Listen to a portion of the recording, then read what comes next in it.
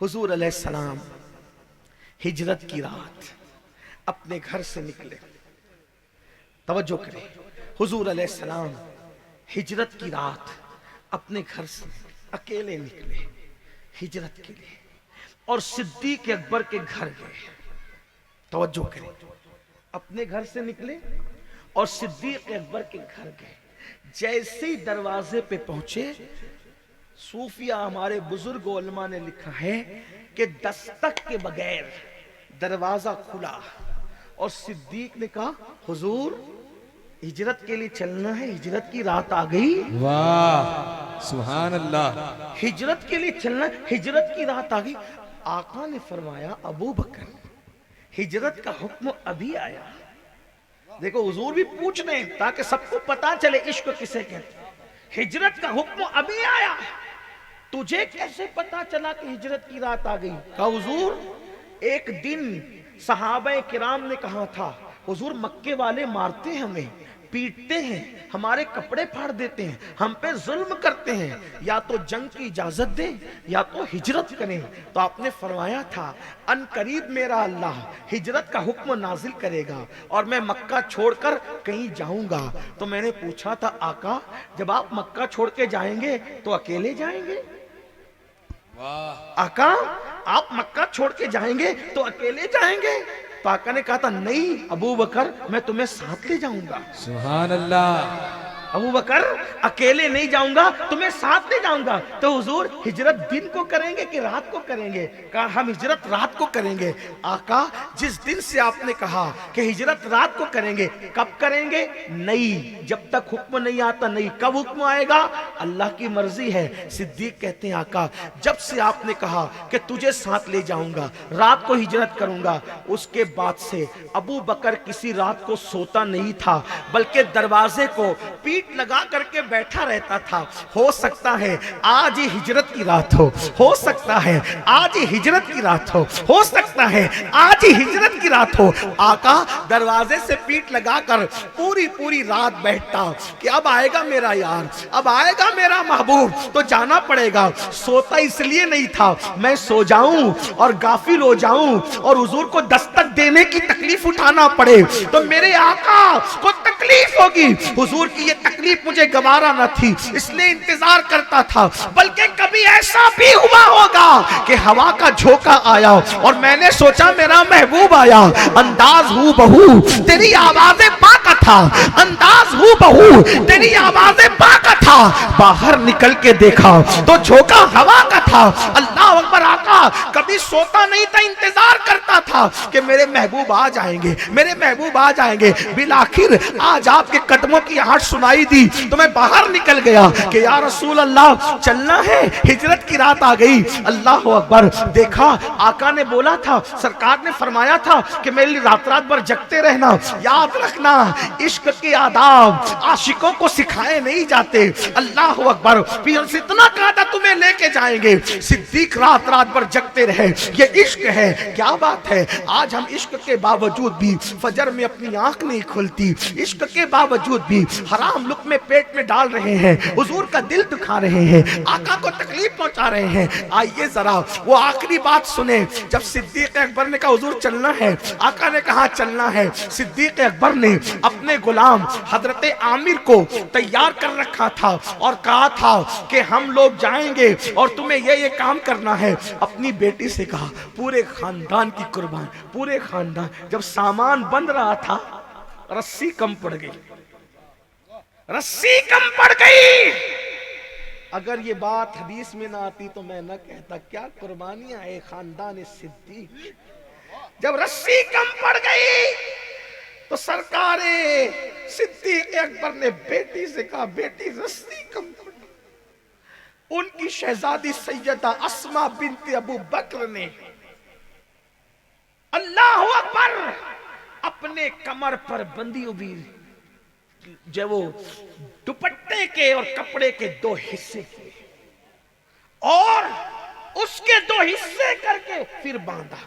और सिद्दीक अकबर जब निकले पूरा माल लेकर निकले। तवज्जो करें, पूरा माल लेकर निकले। बेटी से कहा मैं जा रहा हूं, तेरे दादा ने कलमा नहीं पढ़ा है, तेरे दादा को खबर मत होने, यानी उनके अब्बा को खबर मत होने, शोर कर देंगे, हंगामा कर देंगे। कहा बस सब ले जा रहे हैं? कहा हाँ, अजनबी वतन में जा रहे, जरूरत पड़ेगी ना, सब ले। कहा तो फिर दादा पूछेगा तो क्या जवाब? कहा उसको बोल देना कुछ भी, मैं जा रहा हूं। क्या हुआ पता है? गए सब सामान लेके, हाय हाय हाय। और बेटी ने क्या किया, होशियार बेटी ने, कि अभी नाबीना हो गए थे सिद्दीक अकबर के वालिद, नाबीना हो गए थे। तो हमारे बहुत बड़े आलिम दीन ये बयान करते थे कि सिद्दीक अकबर के वालिद नाबीना हो गए। बेटी ने, सिद्दीका ने, अस्मा ने एक थैली ली, उसमें कंकरियां भर दी और उसको बांध दिया। और जब दादा सुबह कहेंगे ना कि कहाँ गया तेरा अब्बा, तो कहूंगा काम से गए। और पूछेंगे हमारे लिए क्या छोड़ के गए, तो कुछ ना कुछ तो बताना पड़ेगा, है तो नाबीना, कुछ ना कुछ तो शोर नहीं करेंगे, चुप हो जाएंगे। तो क्या किया, सुबह हुई, कहाँ है तेरा अब्बा? तो कहा वो काम से गए। हमारे लिए क्या छोड़ के गए? ये छोड़ के गए। वो टटोलने लगे। जब नाबीना लोग को कुछ चीज दी जाती है वो टटोलते हैं, वो टटोल, क्या इसमें? अब क्या कहें, पूछ लिया, वो सोचा टटोल के चुप बैठ जाएंगे। क्या इसमें? सिद्दीक की सिद्दीका थी। पूरे घर को देखो, एक होता है सादिक और एक होता है सिद्दीक। सादिक उसको कहते हैं जो सच बोले, जो हो वो बोले, उसको कहते हैं सादिक। रात है, सच्ची बात है, ये बात बोलने वाला कौन? सादिक। जलसा सजा, ये बात बोलने वाला कौन? सादिक। यानी जो है ऐन वाक़े के मुताबिक बात करने वाले को क्या कहते हैं? सादिक। सादिक। और सिद्दीक उसको कहते हैं जो कह दे वो हो जाए, उसको सिद्दीक कहते हैं। सुभान अल्लाह। तो वो सादिक अकबर नहीं है, वो सिद्दीक अकबर है। जो कहते हैं वो हो जाता है। अल्लाह अकबर। जब गुलाम का ये आलम है तो मुस्तफा जाने रहमत का आलम क्या? सुभान अल्लाह, सुभान अल्लाह। दादा ने पूछा क्या है, सोचा टाल दे, नहीं टले तो कहा इसमें दिरहम है। कह तो दिया, तब अफसोस हुआ, कभी झूठ ना बोला, आज निकल क्या गया। लेकिन जब उसको खोला गया तो वो ठेकड़ियां नहीं बल्कि वो दिरहम बन चुके। सुभान अल्लाह, सुभान अल्लाह। अब चले वही आखिरी बात, हाय हाय। अब हुजूर और सिद्दीक दोनों साथ चले। सरकार ने मौलाए कायनात को बिस्तर पे लिटाया और दोनों साथ चले। साथ चले तो सिद्दीक अकबर कभी आगे, फिर कभी पीछे, फिर कभी आगे। यही तो सिद्दीक है ना। इसीलिए दाता साहब लिखते हैं रसूलुल्लाह जैसा कोई पीर नहीं है और अबू बकर सिद्दीक जैसा कोई मुरीद नहीं है। ये तो बात। आजकल तो पीर दावत में नहीं आए बेटे की शादी में तो लोग बैत तोड़ देते हैं। हैरत ऐसे मुरीदों पर भी है, मुरीद क्या बना, मरीज बना है।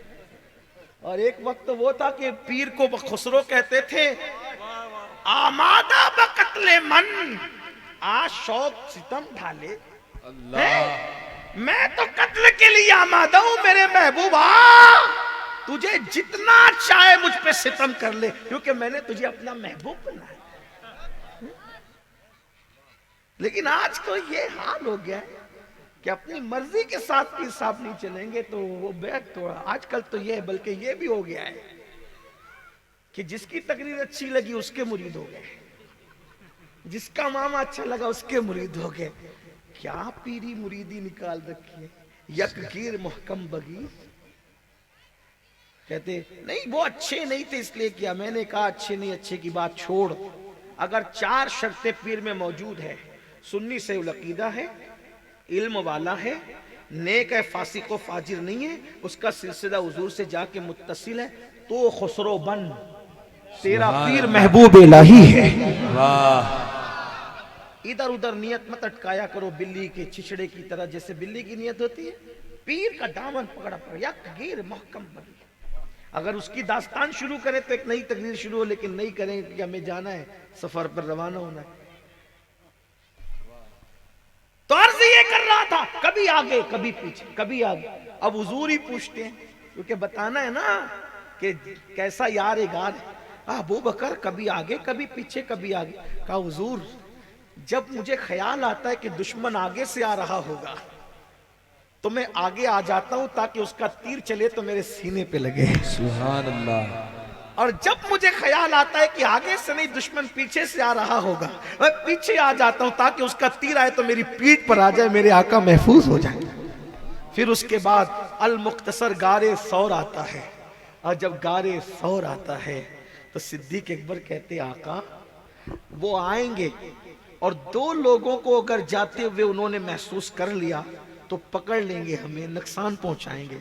तो काफिर हुजूर आप मेरे कंधों पे बैठ जाए, मैं आपको लेकर के चलता हूं। हुजूर कंधों पे क्या बैठे, हमारे बुजुर्गों ने लिखा है एक पैर हुजूर का यूं था सिद्दीक अकबर के सीने पे, और एक पैर यूं था सिद्दीक अकबर के सीने पे। और सिद्दीक अकबर चढ़े तो पूरा पैर रखकर नहीं चढ़े, ताकि धूल पे मेरा पैर पड़ेगा तो वो पहचान लें कि अबू बकर का पैर है। अच्छा, ये अरब वाले बड़े होशियार थे, आपको हैरत होगी, वो पैर के निशान देख के पहचान लेते थे कि किसके पैर के निशान है। वो बड़े ज़हीन लोग थे।